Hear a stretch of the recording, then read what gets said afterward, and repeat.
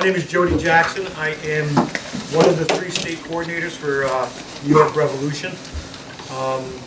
New York Revolution is all across the state. I'll give you a short version. We're working really actively politically.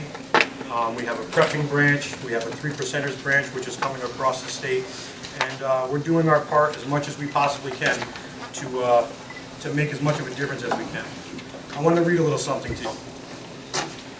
In history, there are events that stand as milestones, marking the points of no return.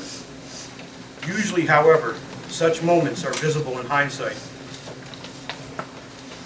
The Enabling Act passed by Hitler in 1933, followed by the Reichstag Fire Decree, were passed in Germany with little resistance and without public outcry. And even though those laws nullified the German Constitution and handed the power of life and death over all German citizens to one man, no one noticed that the line had been crossed. No one expected the chain of events that were destined to unfold. No one understood that Germany had already passed the point of no return. On December 15, 2011, on the 220th year anniversary of the ratification of the Bill of Rights, the U.S. Senate passed the National Defense Authorization Act of 2012, NDAA.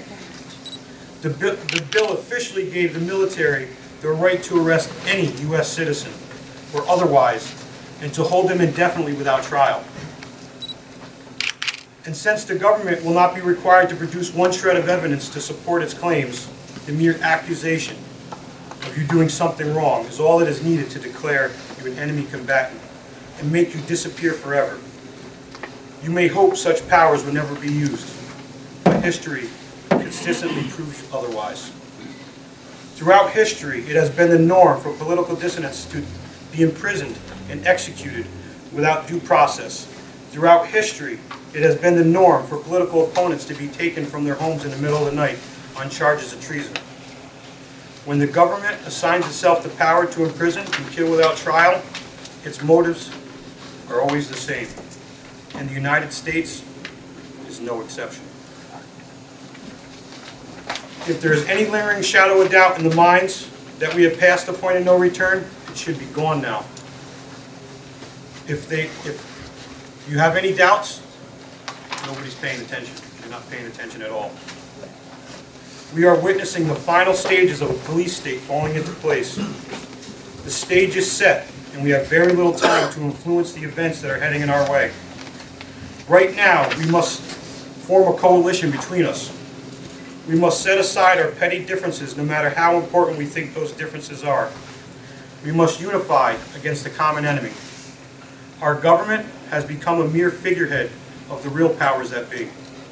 The Congress, the Senate, the executive branch, our governor, they do not represent our interest. They are bought and paid for. They are corrupt beyond all repair and deserve nothing less than to be arrested and tried for high treason. We, the people, have the power to take them down. It is in our hands right now. The government's power is derived solely from our obedience. Its wealth is derived solely from our labor. Its strength is actually our strength. It's time to take it back from them. If we refuse them our obedience and stand in defiance with clear intent, we will bring the machine to its knees. People, we can only do this if we look past the artificial dividing line and act as unison, as one people, as one nation, indivisible and focused in our common goal. We must mobilize as if our lives and our children's lives depended on it, because we do. I know many of you are frightened by the concept of civil disobedience. Perhaps right now you think you have too much to lose. But if you wait until your neighbors are being taken in the middle of the night, if you wait till your back is against the wall, then it is already too late. Please don't be a passive observer to history. Now, NYR takes a pretty hard line stance when it comes to civil disobedience. What is civil disobedience?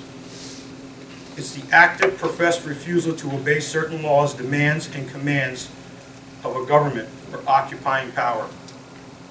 Basically, what we are saying at NYR is we will not obey. We will not obey the Unsafe Act, period, as our president likes to say.